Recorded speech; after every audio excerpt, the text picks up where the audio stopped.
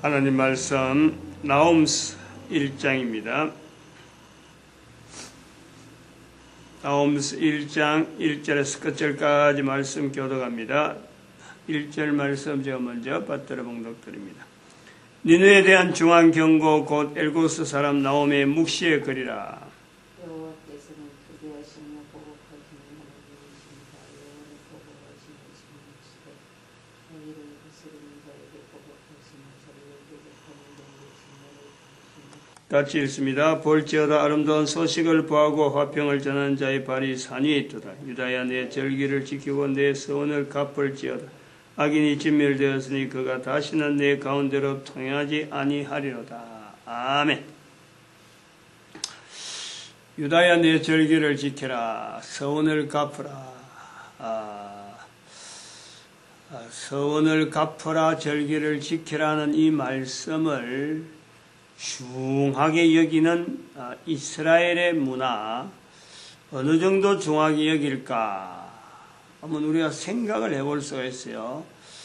우리가 사람이 남기는 언어 중에서 가장 중하게 여긴다 하는 것은 법도 이거는 더 이상 덮지 못해요. 사람이 죽을 때 남기는 유언, 그거는 사람이 남길 수 있는 유언으로서는 현재 전 세계적으로 최상의 최고의 권위를 가지는 거예요. 그런데 이 유언보다도 이런 유언을 함부로 하지 못하는 문화, 사람이 남기는 유언으로도 덮을 수 없도록 남겨져 있는 그 문화가 이스라엘에 있는 거예요. 이스라엘에. 하나님으로부터 주어지는 어떤 명령, 하나님으로 주어지는 것을 최상의 인간이 어떤 언어를 가지도 이것을 덮을 수가 없도록 남겨져 있는 문화가 있다. 유일하게 이스라엘. 이런 그 문화적인 차이를 우리가 좀 알면서 절기를 지켜라, 서원을 갚으라. 사람이 남긴 말들보다 더 중하게 여기는 이 문화 속에서 절기가 있는 거, 이 서원이 있는 거예요. 그래서 이 서원과 절기를 통해서 다니엘이 바벨론에서 포로 생활하게 되고 에스더와 모르드게가 그 페르시아에서의 그 삶을 우리에게 보여주는 거예요. 그런 영향이 인도에 내려갔다. 그런 사람들 중에서 인도에 내려갔다. 인도에 내려가서 중국으로 통해서 중국의 남쪽이죠. 남쪽 지역을 해서 상해로 거쳐서 AD 1세기경 기원전도 될 수가 있어요. 기원전에서 벌써부터 우리 동쪽에 지구상에서는 가장 동쪽이 되어지는 이 한반도 동해, 포항에 그 해맞이, 그 호미곶 위치에 그 보면 해맞이라는 곳도 있고 거기에 박혁거세의 그 어선 여인, 박혁거세를 도왔던 어선 여인, 이런 구조가 우리한테 있단 말이에요. 그러니까 중국에서 적어도 최단거리에 있는 어선에 대한 표현이 중국에서 넘어왔다 하는 이 내용은 있단 말이에요. 그럼 중국에서는 인도에서는 다시 또 페르시아로 연결되어지는 거죠. 유대인들의 BC 586년에 유대인들의 그 영향, 분명히 노선이 있어요. 길이 있다. 근데 이거를 인류사에서 지금 소개가 안 돼 있고, 단지 지금 우리가 이 시간에 나홈스를 하면서, 여기서만 표현되어졌을 뿐이서 그렇지, 분명한 흔적은 있다. 고리를 찾으려고 하면 있다. 인도의 그 BC 280년 마우리아 왕조의 그 인도 통일. 그래서 불교라는 말이에요. 불교. 불이라 하는 것은 깨달음이니까 깨달음을 가르치는 교입니다. 그 교가 제가 이 강조되어지는 것도 제 같은 그 환경이 또 있는 거예요. 제가 중간에 이름이 교자라 같은 이름이. 불교, 기독교, 교할 때 교가 제가 쓰는 교할 때 교자 식자니까 교식이니까 같아요. 어릴 때부터 제 중간 이름에 대해서 내가 굉장히 많이 혼란을 하고 학교하고 교실하고 이 교자가 같은 한글인데 왜 한자로 쓰면 다르냐, 나는 이 고민을 많이 해본 개인적인 경험이 있죠. 그래서 불교라는 말을 쓴다. 불교라는 말을 쓴다. 이 가르침이다. 가르치는 영향에서 왔다. 그런데 이 가르침을 불교라는 것을 쓰는 것은 사실은 인도 언어가 아니잖아요. 불교국이라 하고 우리가 일반적으로 선포를 했다라고 넘어오는데 이 불교는 중국어죠. 상형문자다. 우리는 한국에서의 이 언어에 대한 이 어떤 변천을 말이요, 우리는 따져볼 능력이 없는 민족입니다.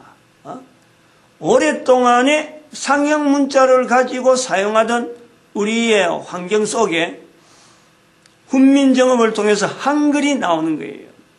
상형문자를 계속 썼으면은 이 상형문자의 의미, 여러 가지 사항을요, 우리는 추적을 해 나갈 겁니다. 우리 역사는 그런 걸 해 나오고 있었어요. 어디서 시작되었고, 어떻게 되어서 이런 글자가 되었다라고 할 거예요. 근데 한글이 되다 보니까 우리가 그걸 끊어진 거예요. 고리가 끊어진 거예요. 잘못됐다는 건 아니고 우리의 환경이 그렇다는 거예요.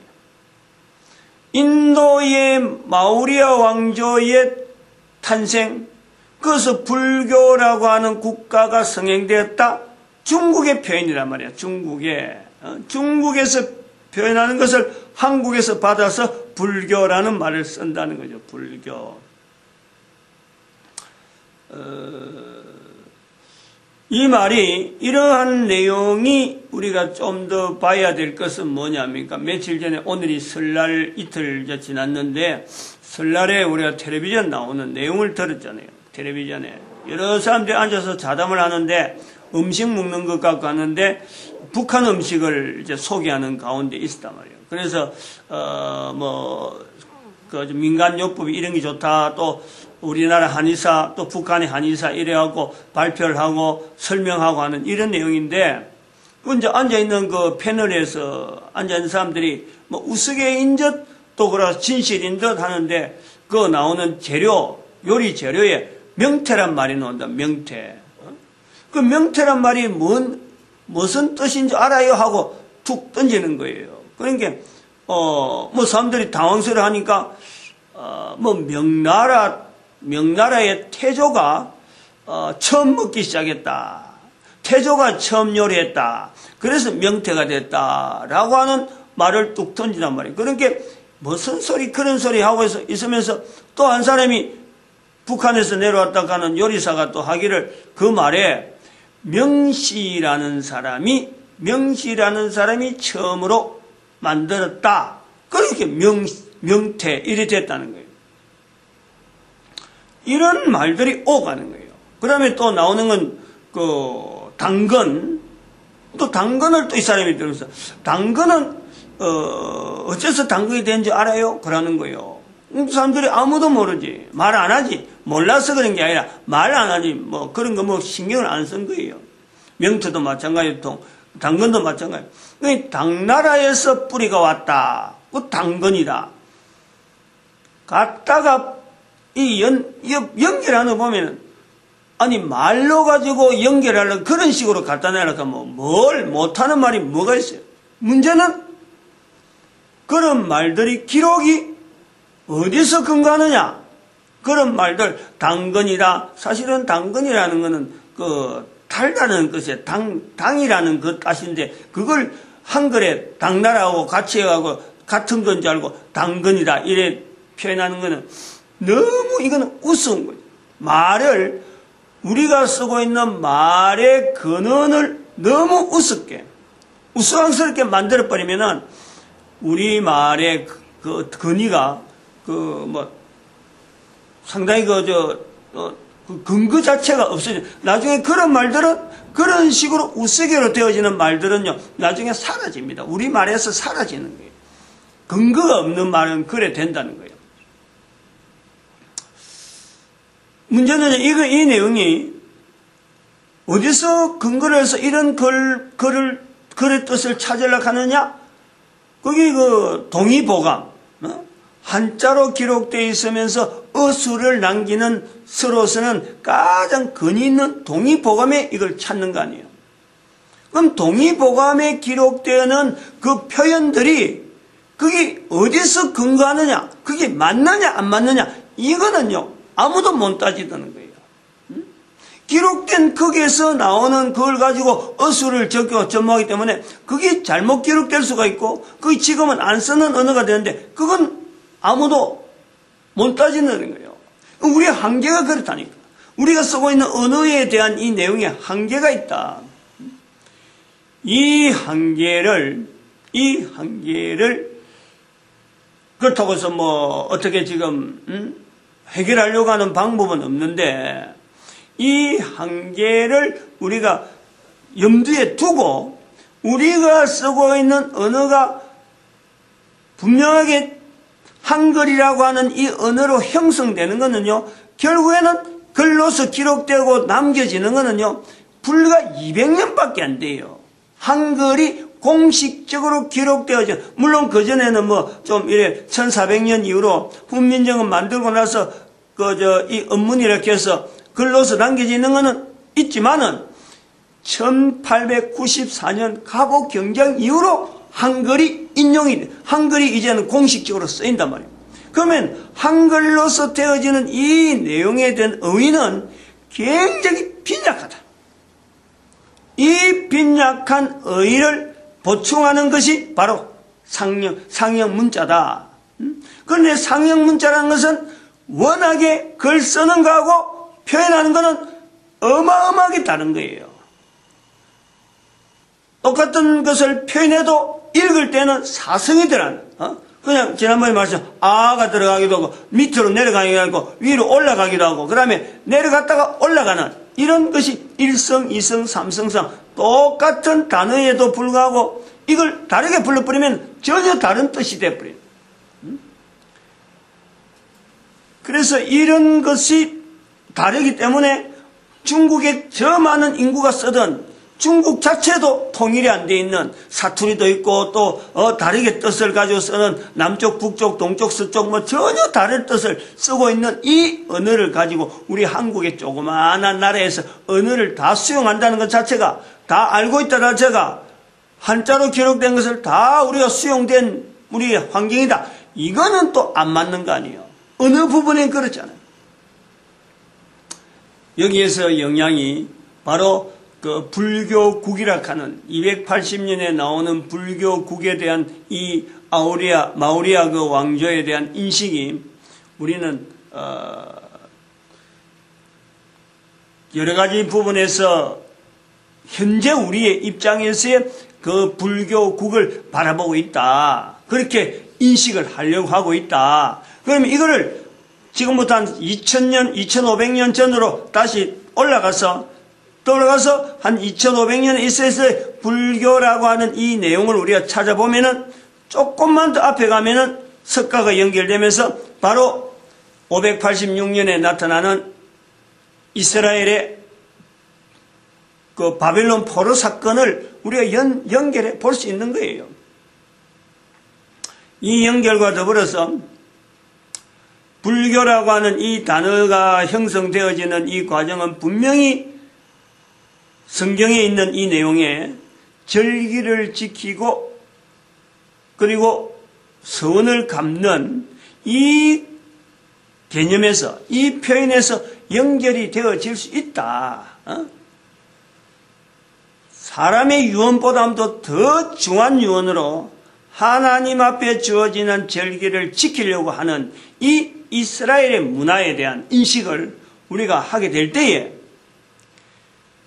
대한민국까지 오게 되면서 남겨진 그 발자국, 인도를 반드시 거칠 수밖에 없는 그 발자국, 우리나라에 현재 남아있는 성경에 있는 여러 가지 언어들, 이 언어들의 잔존이 있었다는 것 자체를 두고 인도에서 나타난 불교국에 대한 인식이 지금의 불교를 해서 기독교에 대응되어지는 내용에서 불교를 볼 것이 아니라 석가를 통해서 형성되어졌던 성경에 있는 내용이 후대에서 기록으로 남아있으면서 언어의 오류가 있을 수 있음에도 불구하고 전수되어지던 어떤 흐름에서 이 불교라고 하는 형성이 이루어졌을 것이다. 얼마든지 가능하고, 그리고 이것이 또 인도에서 중국으로 넘어가는 이 과정은 대성불교에서 소성불교로 바꿔지는 하나의 불교의 두 갈래의 길이 중국과 인도의 불교를 가르는 여러 가지 흐름이 나온다. 그 소성불교라고 불려지는 이런 인도의 불교가 중국으로 갈 수밖에 없는 힘, 그것도 결국에는 절기를 지키려고 하는, 선을 갚으려고 하는 그 흐름이란 말이에요. 불교, 대성불교는 거기 옮기려고 하질 않아요. 그냥 있는 것이 깨달음이라. 그건 이것을 소승불교처럼 전도를 해야 되고, 알리고, 절기를 알리고, 화평을 전하는 소식이 되게 하는 이런 전하는 이 흐름은요, 바로 이 소승불교라고 하는 이 내용은 대성불교에서는 나올 수가 없는데, 요 나홈서 1장 15절에 있는 절기 지키며 선을 갚는 유대인들의 그 흐름이 그대로 연결되었다. 즉 인도의 불교국이라 하는 그 불교국이 되어질 수 있는 그 저변에는 유대인들의 흐름이, 유대인들의 그 영향이 분명히 있었다. 인도의 유대인의 영향이 있어서 인도에서 중국으로, 중국에서 다시 한국으로 넘어오는 이런 과정이 있었다. 그래서 불교국이라 할 적에 제일 높은 계급에서 성녀가 되어지는 그 성녀 계급을 우리가 무당이라 부르는 거예요. 무당. 무당이 처음부터 우리가 지금 쓰는 무당이 아니고 언어가 바뀌면서 무당이 되는데, 중국에서의 어떻게 보면 하찮은 어떤 계급으로 무당이라, 지금 한자로 보면 무당이란 일컬음이 글씨 그런데 사람 인변에서 그 하늘과 땅을 중간에 딱 자르는 이런 것이 무자인데, 원래의 무자는 그게 무당할 때 무자는 그게 아니란,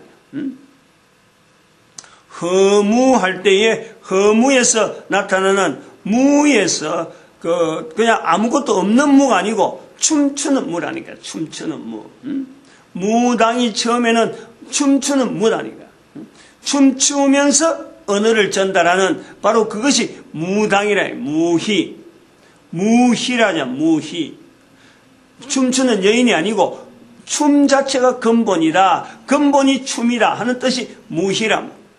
그것이 허시로서 브라만 계통에 있는 이 인도의 상층 계통이 바로 허시라고 불리는 이 어떤 그 소성불교의 형태로 남아있는 이 내용이 인도로 넘어오는, 인도에서 중국으로 넘어오는데 중국에서 한국으로 넘어오는 이 흐름이 있다. 그래서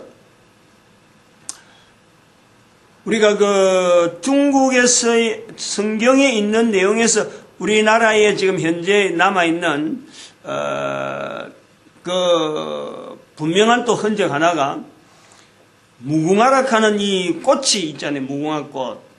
무궁화꽃. 무궁화꽃이 왜 이렇게 The Rose of Sharon으로 남아있는 성경의 꽃인데 대한민국의 꽃으로 남아있을까? 제 혼자 생각이 그래요. 생각이.